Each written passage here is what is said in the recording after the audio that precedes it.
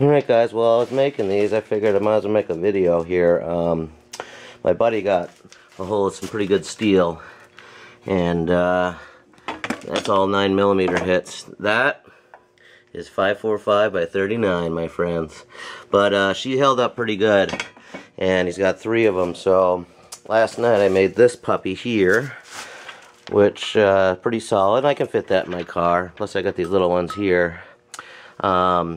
But then I thought, well, collapsible will be much, much easier. So I whipped this one together, and she just slips right in there. You know, it takes a little work, but she, there you go.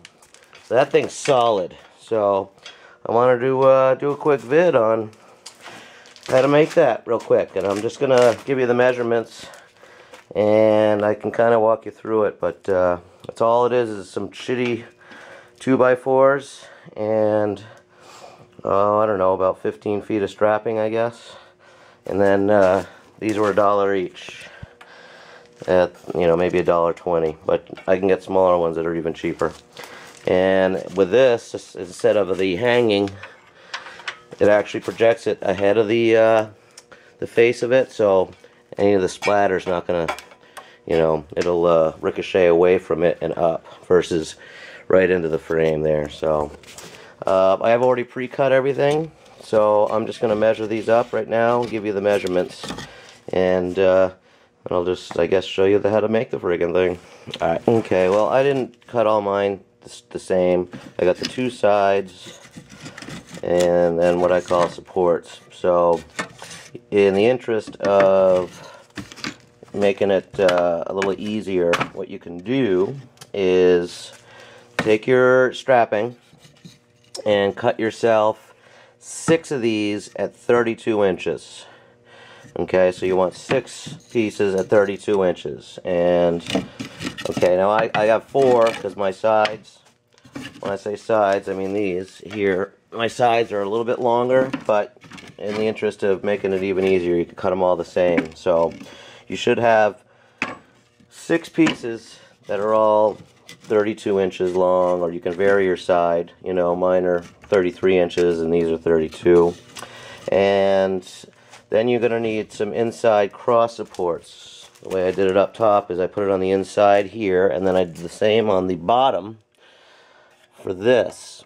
Okay, so basically I call this a top cross, a bottom cross, base support, inside cross, inside cross. So here are my 2 sides, inside cross, and then top cross, base support, whatever, you know what I'm saying. So it's all in here. And again, then what I did down below is very simply on the 2x4, I just took a piece of the strapping and I just put it on here. I traced around it, and then I just cut it out with a large bandsaw. Okay, and starting out smaller, obviously, as you can see, I just kind of boom, and you know, so obviously you test it like this, and she's done. And there you go. You probably don't need these, but I think after a while these would work themselves free, and it just makes it easier, a little more sturdy. And I mean, again, you can vary those by whatever measurements you want. The new one, this one that I'm making here is bigger than this one by about 6 inches, just because I found another small, and I'm going to put it on the side there. But you know, if you want it that big, then you're going to just make your tops a little smaller in the bottom. But boy, it couldn't have been simpler. I mean, literally took me a half an hour tops to do all the cutting, and that's because I kept switching back and forth between the drill and the bit. Oh, and again, when I mentioned switching back and forth, very important if you're cutting strapping, especially. You don't want to. You're trying to come across. You don't want to come as. You want to come in as far from the edge as you can, but it's important to do like that size bit there. I don't even know what size it is, but I'm just using drywall screws to hold this puppy together. But as you can see, you know, You don't want it to hold too big, but that'll crack. And this one's cracked over here already. I screwed that up right there, even though I pre-drilled. So you definitely want to pre-drill your holes. Do it right, guys. The strapping will split extremely easily. Okay, so all I did was take one of the ones that we have 6 of and just screwed either side, just making the U. Again, they're labeled there. And then now we're going to flip it over. Helps if you have something like this. And the one I have labeled inside top cross is going to go right in here. So I might either just sand it or do that. And then I'm just going to put a couple of screws in here. And this is going to give the top some support. Okay, now the trickier part, and this one I don't have my 2x4 cut yet, but I'm going to cheat. I'm going to take this new one and place it inside the base here. Again, all you got to do is put it in there. Make sure she's in. And get your pencil and then mark that. Okay, and then you're going to do the same thing with the other side. Get that in there. And then now I've got it marked. Hold on. I got the bottom part marked, and I'm going to take the inside bottom support, which I got labeled right here.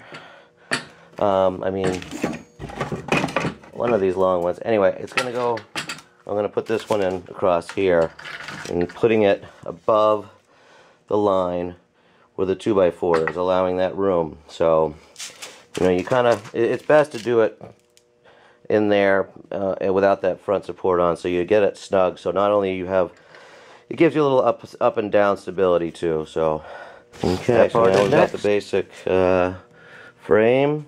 And now all I got left, inside bottom support. Boom. So that goes in there, and then that'll be good. And then all I got left to do is make the cuts in the 2x4, and then put these two pieces that are left there. So, alright guys, hope that you enjoyed it. And of course, you don't have to use these for steel, you can use them for anything. Especially because my range doesn't let you, obviously you can't use the targets for shotgun shooting, nor would you want to use your own either, but this could give you an option for that.